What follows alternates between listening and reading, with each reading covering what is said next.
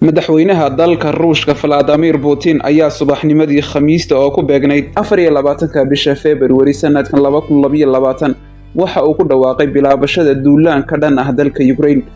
Howlgalkaas oo ay ka qayb qaadanayaan in ka badan 120,000 oo ka mid ah ciidamada dalka Ruushka. Muuqaalkan waxa aynu kaga hadlaynaa 10 xaqiiqo oo ku saabsan dalka Ukraine, kaasi oo ah dalka soo saara rubuc ka mid ah qamadida caalamka.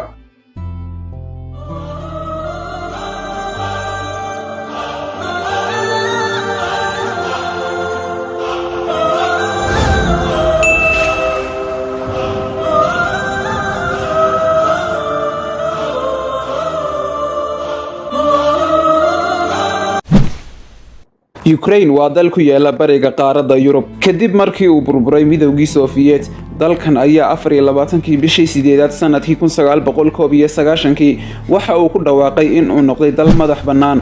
Badka dalkan ayaa lagu qiyaasaa 603,548 kiiloomitir isku wareeg, waana dalka labaad ee ugu ballaaran qaaradda Yurub.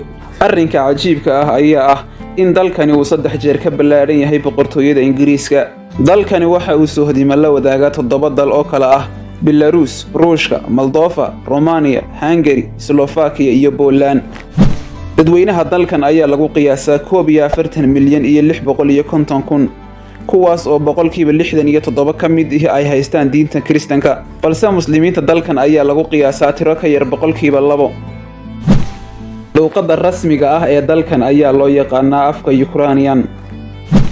caasimada dalkani waa magaalada Kiev, waana magaalada ugu ballaaran uguna dadka badan guud ahaan dalkan. sanadkii 1986 magaalada Chernobyl oo ku taala dalka Ukraine, gaar ahaan xarun lagu bacrimiyo nukliyeerka, waxaa kor u kacay heerkulka mid ka mid ah matoorada lagu wada shaqada, kaasi oo ugu dambeyn qarxay sababayna dhimashada iyo dhaawaca kumanaan qof. qaraxan ayaa loo aqoonsaday qaraxii nukliyeer ee ugu halista badnaa taariikhda aadamaha.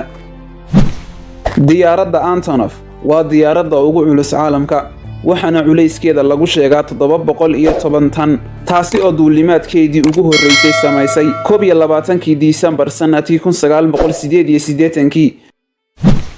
dalka Ukraine waa dalka ugu ballaaran ee soo saara siidhka geedka gabaldayaha. geedkan ayaa loo isticmaalaa habab kala gedisan oo faa'iido u leh aadamaha. waqtiyada ka mid ah dalka Ukraine waxa uu ahaa dawlad haysata hubka waxgumaada ee nukliyeer, balse siyaasiyiin calooshadu shaqaystayaal ah ayaa burburiyay iyaga oo fulinaya danahooda gaarka ah. Vladimir Zelensky waa madaxweynaha xilka haya ee dalka. ka hor intii aanu soo gelin saaxadda siyaasadda, waxa uu ahaa majaajiiliste ka qosliya dadka.